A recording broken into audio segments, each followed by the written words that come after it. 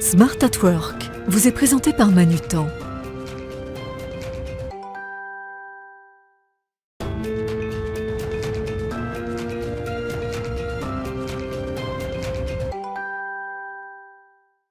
Bonjour à tous, bienvenue dans Smart at Work, votre émission mensuelle autour du concept du bien travailler. Alors ce mois-ci, une seule question, celle qui intéresse toutes les entreprises en ce moment, le désengagement des collaborateurs est-il une fatalité? Les entreprises, on le sait, ont toutes du mal à recruter. Elles doivent maintenant faire face en plus à une sorte de démotivation généralisée. Mais l'est-elle tant que ça, ou est-ce un mythe? Est-ce que c'est un désengagement générationnel? D'ailleurs, est-ce vraiment un désengagement ou un nouveau comportement auquel finalement nous allons tous devoir collectivement nous adapter? Comment manager les équipes aujourd'hui quand la relation au travail est en plein questionnement, en plein bouleversement et que nos référentiels ne sont plus vraiment d'actualité? On en parle tout de suite avec mes invités dans Smart at Work.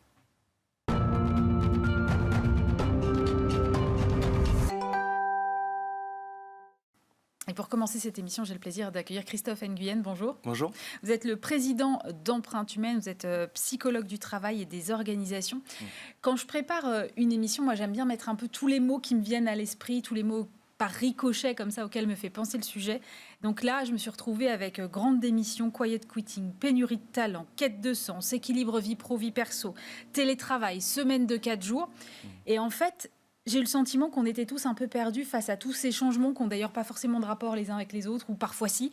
Il y a des nouvelles attentes, des curseurs qui n'ont pas encore complètement trouvé leur place, et que, grosso modo, on est face à une mutation de nos relations au travail, une mutation dont on n'a pas vraiment encore cerné les contours. Est-ce que vous êtes d'accord avec ça ? Oui, tout à fait. Je pense que ces nouveaux mots, cette novlangue aussi qui apparaît, est illustratif que ça bouge et que c'est pas fini. Je pense que c'est aussi pour ça qu'on n'arrive pas à cerner les contours, parce que c'est une mutation qui, selon moi, est liée à plusieurs phénomènes. Alors, il y a un sujet autour des nouvelles générations qui, finalement, aussi influence, on va dire, c'est cette question de remise en question des conditions de travail, du management.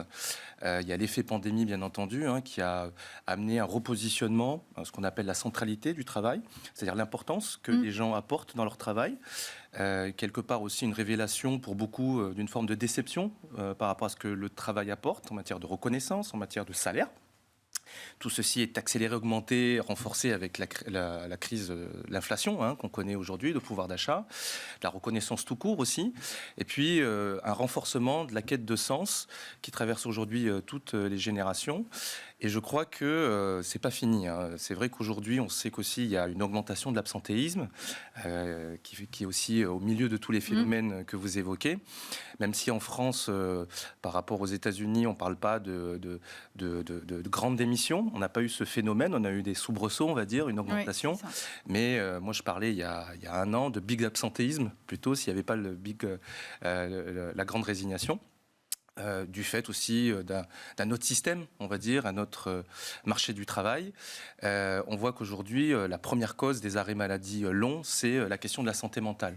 Donc derrière tous ces termes-là, pour moi, c'est cette notion-là, la quête, on va dire, du bien-être au travail, et notamment la place centrale de la santé dans le rapport au travail, qui pour moi est devenue une valeur plus que jamais cardinale dans sa recherche de travail, dans l'équilibre des vies, effectivement, aujourd'hui, dans les moteurs qu'on peut trouver vis-à-vis de son travail, et dans les nouvelles attentes qu'on a vis-à-vis de son employeur. Ça veut dire que les entreprises ont un levier pour agir là-dessus. Oui. Selon vous, si on remet entre guillemets le bien-être au travail au cœur des préoccupations de l'entreprise, ça va inverser cette tendance ? Oui, je crois que les entreprises, il y en a qui s'en sortent mieux que d'autres. Aujourd'hui, malgré cette tendance de fond, avec tous les termes que vous évoquez, il n'y a pas un DRH qui dit il n'y a pas des choses qui se passent, ça c'est sûr.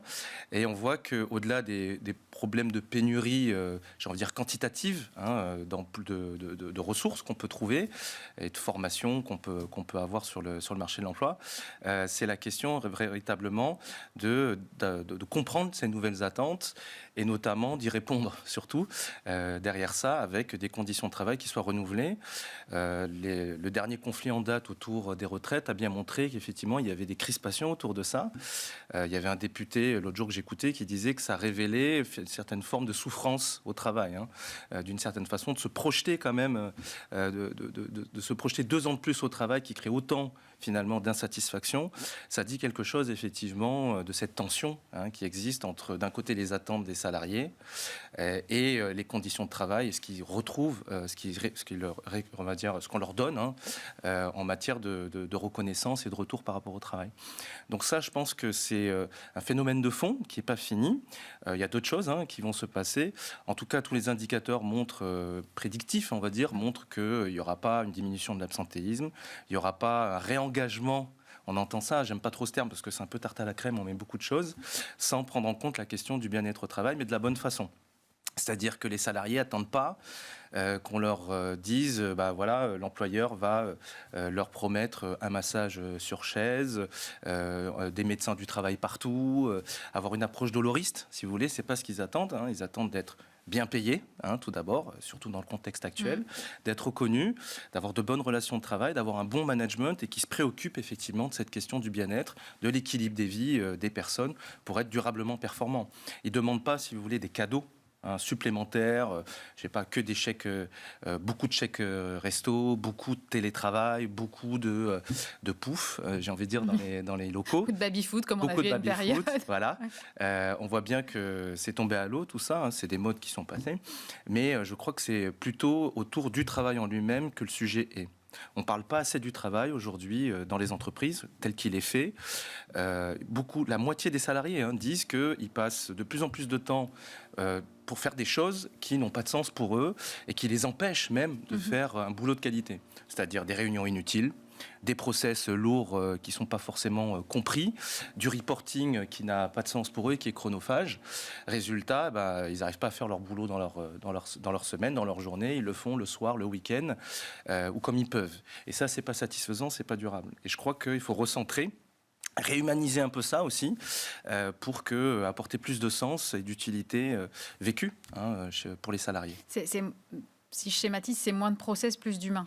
Voilà. Plus de confiance, plus d'autonomie laissée, plus de reconnaissance, effectivement, et de bien comprendre ses attentes, parce que là, je lance des grands mots, mais il faut le faire métier par métier. Il faut comprendre, effectivement, qu'un jeune n'a pas les mêmes besoins, les mêmes attentes qu'un senior, en matière de reconnaissance, en matière de développement. Tout le monde a envie de bien faire son boulot, et aujourd'hui, on a quand même une majorité de salariés qui disent « j'arrive pas à bien le faire, et je m'éloigne de mon cœur de métier ». Et on m'empêche d'une certaine façon. Si bien qu'il y a un chiffre qui nous interpelle et qui, je pense, est en augmentation, c'est qu'il y a une majorité de salariés qui disent « je ne suis qu'une ressource pour les dirigeants ». Alors qu'ils soient dans l'administration ou que ce soit dans les grandes entreprises, je suis une machine à produire d'une certaine façon et ils sont un peu éloignés. C'est cet aspect, on va dire, je pense, qui est assez illustratif d'avoir un besoin, d'avoir plus de sens et d'humanisation du travail. C'est-à-dire, qu'est-ce qu'on fait ensemble aujourd'hui, pourquoi on le fait comme ça, et avec quels moyens on le fait, dans quel objectif, pour qu'on soit fier de ce qu'on fait finalement et que ce soit utile. Et ça veut dire quoi utile pour les uns et les autres, et qu'on soit reconnu. Et ça veut dire quoi les uns et les autres. Votre sens au travail, c'est pas le même que le mien. Non, et mon sens, ma vision de la reconnaissance n'est pas certainement la même que la vôtre. Voilà. Et là, il ne faut pas faire les réponses avant de poser les questions, pardon. Il faut écouter les gens. Et je pense que c'est un vrai sujet aujourd'hui où la charge de travail augmente. La dernière étude de l'INSEE le montre, post-Covid. Il y a une accélération des projets. Il y a comme un effet rattrapage. J'ai beaucoup d'entreprises, moi, qui me disent... on a pris un rythme pendant la crise Covid, où on a accéléré. Post-Covid, on est toujours dans ce rythme-là, d'où quasiment un salarié sur 2 qui se dit épuisé au travail. Ouais, voilà. C'est énorme. C'est énorme. Ouais. On va poursuivre cette discussion dans un instant avec 2 autres invités.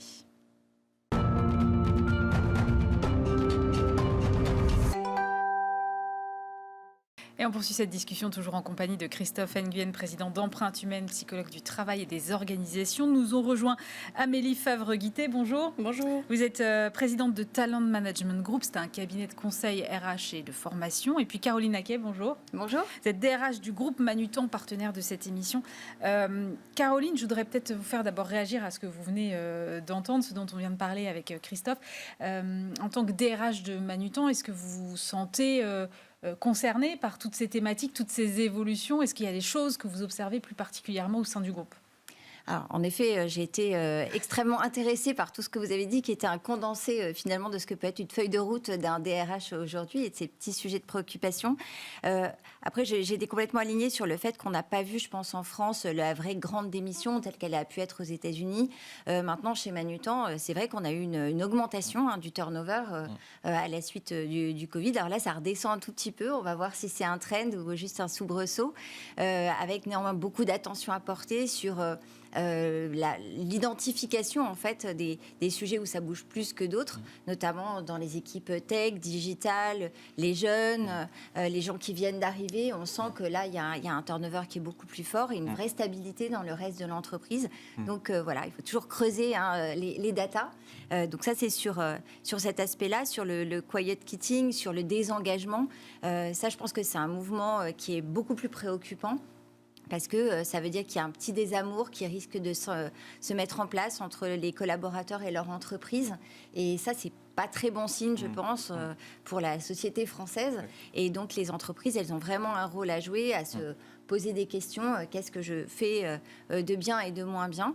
Et voilà. Après, là, on a de la chance chez Manutan, c'est que je pense qu'on a une culture d'entreprise qui a toujours mis en fait l'humain historiquement, depuis la naissance de l'entreprise, au cœur du modèle. Donc, on découvre pas aujourd'hui le bien-être au travail, la considération, l'individualisation qu'on doit apporter à nos collaborateurs. Donc, on part peut-être avec ça, mais en revanche, énormément de sujets pour pérenniser ces modèles dans le monde qui est le nôtre. Amélie, vous êtes au cœur évidemment de toutes ces problématiques. Et d'abord, pour revenir sur le désengagement, le désamour dont parlait Caroline à l'instant, est-ce que c'est mesurable? Comment est-ce qu'on le mesure? Parce que finalement, quelqu'un qui est derrière son écran, qui en fait un peu le strict minimum, ça ne se voit pas forcément tout de suite, immédiatement. Ça se voit pas tout de suite. Alors, beaucoup d'entreprises ont mis en place des process, les fameux longs process. Il y en a effectivement beaucoup trop dans les entreprises.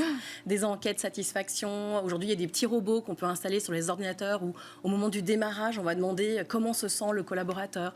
Est-ce qu'il se sent épanoui? Est-ce qu'il se sent heureux? Est-ce qu'il s'ennuie? Et donc, il a juste à voter en quelques secondes.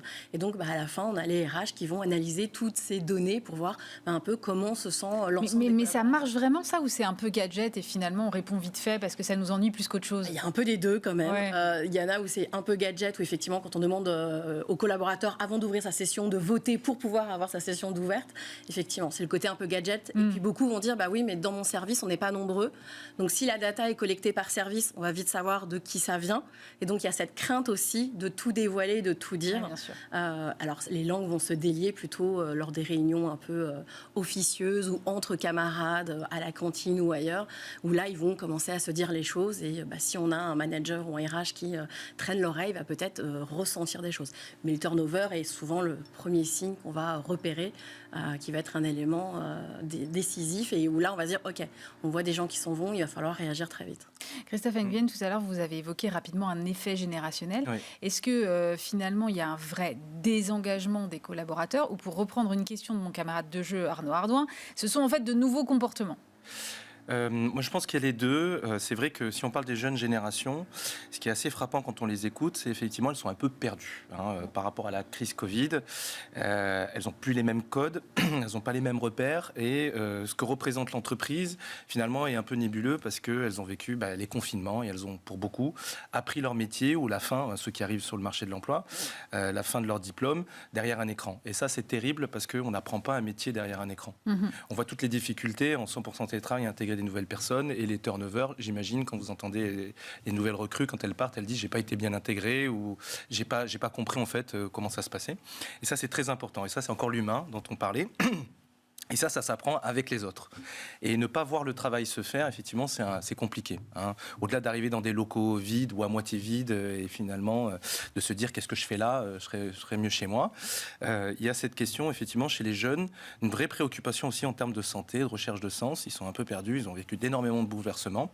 Et surtout, quand ils regardent l'entreprise, ça on le voit, et d'ailleurs la majorité des salariés le disent dans nos enquêtes, que la façon dont on a traité ou on traite les seniors influence forcément quelque part les jeunes. Et ils se disent, on les entend beaucoup dans les lignes d'écoute, chez les étudiants on a des lignes d'écoute notamment, dans certains groupes, et ils disent, moi j'ai vu mes parents s'écrouler pour un rien, pour leur travail à la maison, je les ai vus passer des heures pas possible finalement, et du jour au lendemain il y a eu un PSE, ils étaient contents de prendre le PSE, voilà, ils ont fui d'une certaine façon. Vous voyez, je caricature, c'est pas voilà, mais quand même globalement il y a ce désenchantement du rapport dans le monde du travail qui n'est pas le lieu d'où quelque part peut-être l'attrait des startups qui promettent quelque chose. Alors, qui ont leurs conditions de propres travailler, difficultés de management. Voilà. Et on l'a vu, et qui tout de suite sont dénoncés dans les réseaux sociaux, et qui tout de suite, parce que finalement, je pense que c'est des attentes déçues qui finalement créent beaucoup finalement de déclarations, enfin voilà, de dénonciations de ces phénomènes-là. Mais par rapport à l'entreprise, j'ai envie de dire standard, je pense qu'il y a beaucoup de choses à faire. Là, je pense que c'est un problème de santé publique et qu'on ne fait pas assez dans les écoles pour accompagner la santé des jeunes qui arrivent dans le monde du travail. Ils sont vraiment en difficulté. Toutes les études épidémiologiques montrent que c'est une catastrophe. Et des pays, comme le Québec par exemple, demandent à ce que les écoles et les universités mettent en œuvre des actions, plans santé mentale pour les jeunes, parce qu'ils ont bien vu le problème. Nous, on est un peu dans l'angle mort là-dessus. Et on hérite de ça dans l'entreprise.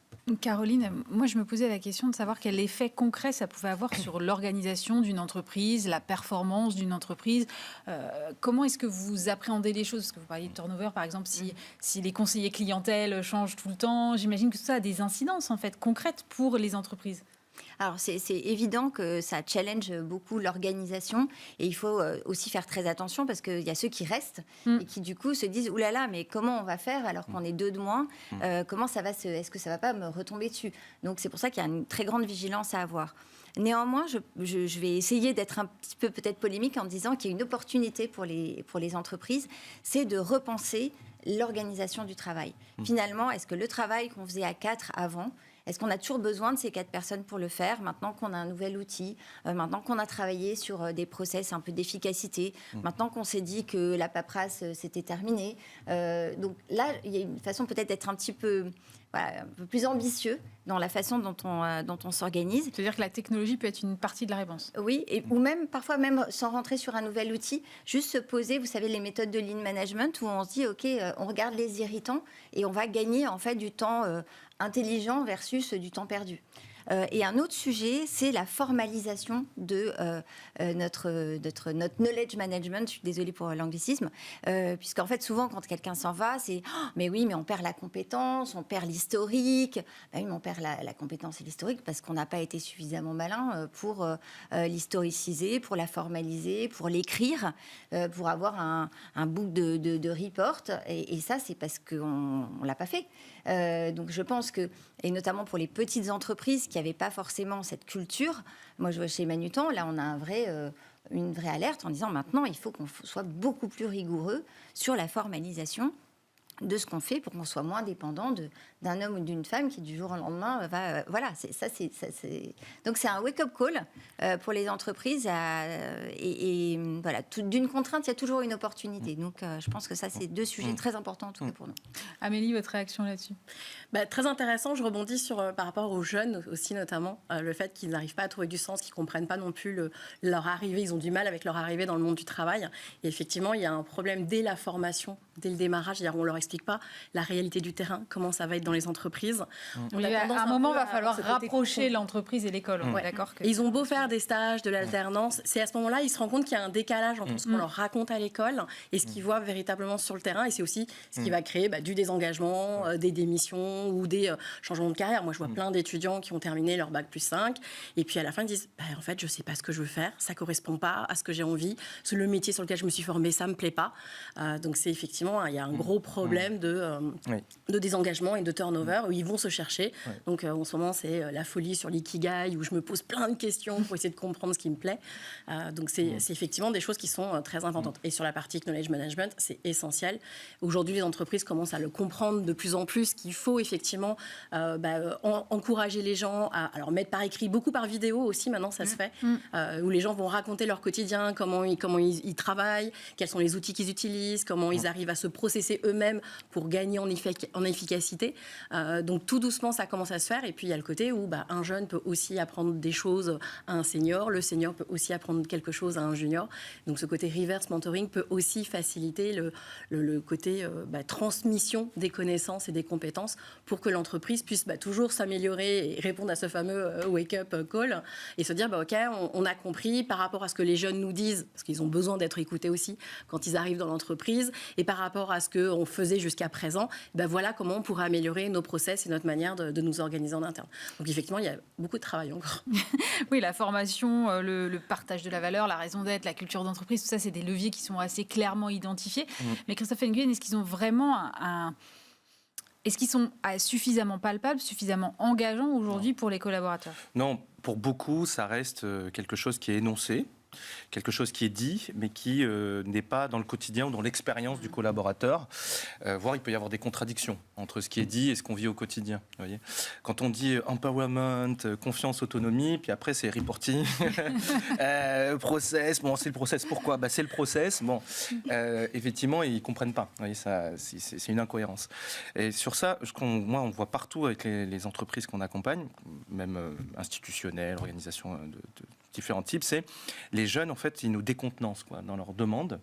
Alors, ou bien on entend c'est tout de suite, ou bien c'est effectivement, ils sont moins motivés. Alors, les gens disent oui, ils sont moins motivés, puis on entend, mais ils ont raison aussi, parce que, bon, ça nous dit, ça nous re-questionne sur le management, et on n'a pas forcément parlé des managers là, ils sont aussi perdus par rapport à ces nouveaux rapports au travail.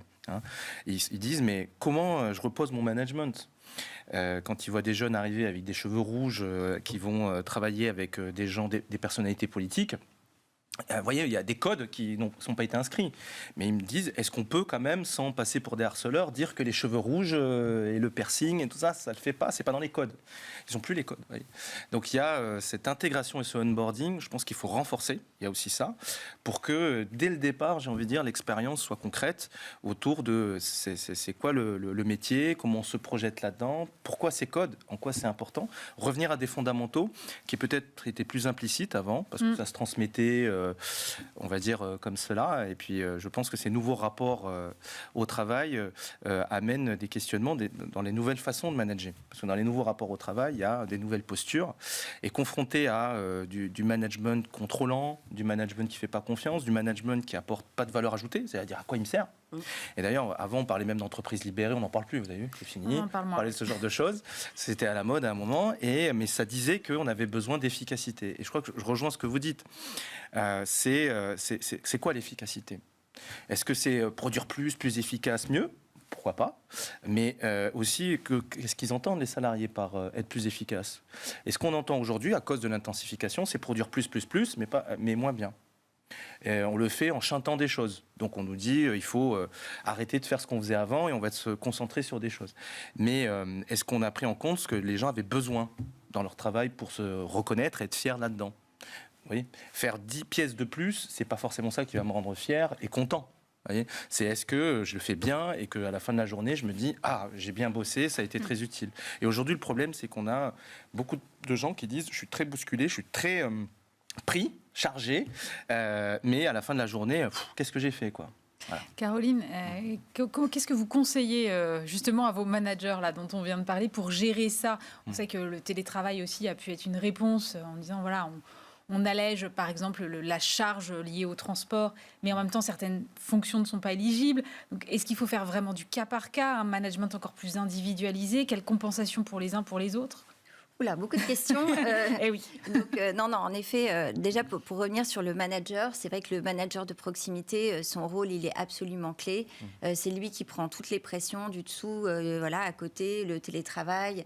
Donc là, il y a un accompagnement à faire. Il faut renforcer, mais plus que la formation. Nous, maintenant, on est parti sur une continuité dans la formation du manager, en considérant qu'il n'est jamais en fait formé et il va continuer parce que c'est vraiment un exercice de plus en plus complexe. Il faut être très clair quand on parle au collectif. Donc le collectif, nous, on les engage beaucoup avec le sens et avec une communication qui est même peut-être beaucoup. On leur parle tout le temps de ce qu'on fait, les résultats, les problèmes, ce qui marche pas, en se disant on est ensemble, enfin on partage. Donc ça, c'est pour animer le collectif. Maintenant, vous avez raison, aujourd'hui, on a tous des attentes individuelles. Donc là, l'enjeu pour une entreprise, c'est d'avoir ce collectif, voilà, qui va dans une direction, qui comprend, qui est engagé, qui a confiance dans son comité de direction, par exemple, et aussi, ok, mais moi, je veux télétravailler, moi, je veux avoir telle formation, moi, je veux être augmentée comme ci, comme ça. Donc, comment on gère ça et il faut faire les deux. Il n'y a pas de secret. Et autre chose aussi qui est vraiment assez fondamentale et une clé de succès, c'est, vous en parliez, l'onboarding. C'est le fait de bien retravailler l'arrivée du collaborateur, parce qu'on met beaucoup de temps à les recruter.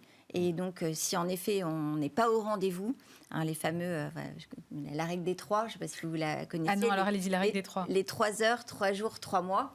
Donc, les 3 heures, voilà, vous arrivez dans l'entreprise, est-ce que votre ordinateur est prêt? Est-ce que votre manager est là? Est-ce que l'équipe vous a organisé un petit déjeuner, un petit bouquet? J'en sais rien, vous avez votre bureau. Là, vous dites, on est content que vous soyez là. Je suis considérée. On m'attend en tant que personne. Donc ça, je ne suis pas une ressource, donc top. 3 jours, c'est prendre ses marques, voir un petit peu les collègues, l'esprit d'équipe, les relations. Est-ce que c'est aussi bien que ça avait l'air ou est-ce que je me suis peut-être arrivée dans un nid de vipère? Donc ça, c'est hyper important. Et les 3 mois, on les connaît. C'est le coup près un petit peu de la période d'essai. C'est le moment où on reconnecte ce qu'on attendait avec ce qu'on a eu. Et donc, c'est pour ça qu'il faut avoir une extrême vigilance en tant qu'entreprise sur ces 3 jalons. Et j'ai l'impression que pour le coup près des 3 mois, il est maintenant dans les deux sens.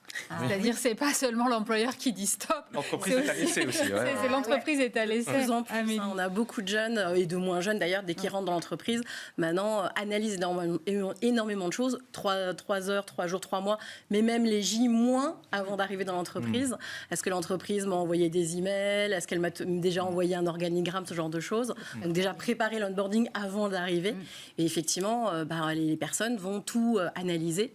Ce côté transparence que vous disiez tout à l'heure, il est essentiel aussi pour les personnes pendant ces 3 mois et tout au long de leur carrière. Ce côté honnêteté de l'entreprise, c'est-à-dire qu'elle va me dire exactement ce qu'elle attend de moi. Elle va me donner exactement les moyens pour y arriver. Je vais pouvoir faire du feedback quand il faut à mon manager et lui va m'en donner. Et donc pendant tous ces 3 mois, la personne, elle va analyser tout ça. Et si elle se rend compte que pendant ces 3 mois, on n'a pas réagi à ses besoins à elle, c'est-à-dire elle a besoin peut-être de reconnaissance, elle a peut-être besoin d'une formation, elle a peut-être besoin de voir qu'on va pouvoir la faire grimper aussi rapidement. Donc après, chaque besoin est à chaque fois individuel. Et donc si on n'arrive pas à répondre à son besoin, à un moment donné, il va se dire ok, je vais m'en aller.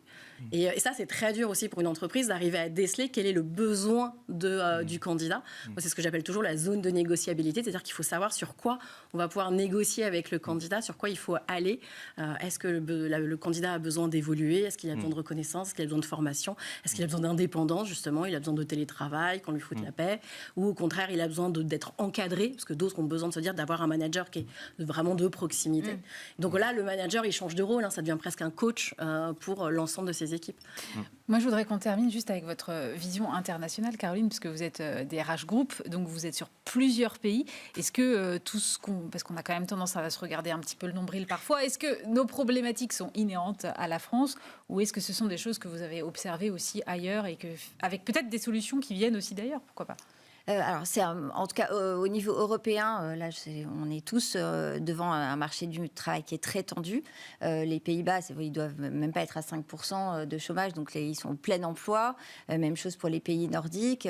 Au UK, très compliqué le post-Brexit parce qu'ils ont quand même beaucoup de travailleurs qui sont partis, travailleurs étrangers, et qui assuraient un peu toute la main-d'œuvre du quotidien. Ce qui fait qu'on se retrouve, nous, dans nos entrepôts au UK, à ne pas pouvoir recruter, alors qu'on pourrait se dire c'est normalement des emplois qui ne demandent pas beaucoup de qualifications. Et il y a du débauchage de manutentionnaires au UK entre entrepôts. Oui. Alors qu'on aurait pu imaginer que c'était quelque chose plutôt pour les cadres, on offre des primes, enfin voilà. Bon, donc tout ça pour dire que c'est une réalité européenne et il y a beaucoup de développement de freelance. Donc l'idée aussi que l'entreprise va devoir aller chercher des ressources en dehors de son scope, on va dire, de salariés classiques. C'est l'entreprise augmentée en quelque sorte. Voilà, c'est vraiment quelque chose sur lequel il faut en tout cas chez Manutan, on travaille très sérieusement parce que ça ne va pas changer, je veux dire. Cette réalité, elle est là, elle s'est installée et je trouve ça très bien pour la société française qu'on aille vers le plein emploi. Donc, c'est aux entreprises de trouver des solutions. On ne va pas se plaindre toute la journée en disant « mais ma bonne dame, c'est devenu bien dur ». Ben oui. Et donc, il va falloir être créatif, il va falloir faire encore plus envie aux gens, voilà, corriger nos défauts, être très honnête avec nous-mêmes. Et moi, j'ai un petit rêve, c'est que finalement les entreprises collectivement progressent et qu'on arrive justement à corriger ce petit désamour qu'on peut voir de temps en temps entre les jeunes ou les moins jeunes et le marché du travail. Merci beaucoup à tous les trois pour votre éclairage. Je pense qu'on aurait pu poursuivre la discussion une demi-heure encore. Carolina Cadéras du groupe Manutan, Amélie Favre-Grité, présidente de Talent Management Group, et Christophe Nguyen, président d'Empreinte Humaine. À très vite pour un nouveau numéro de Smart at Work. Smart at Work vous a été présenté par Manutan,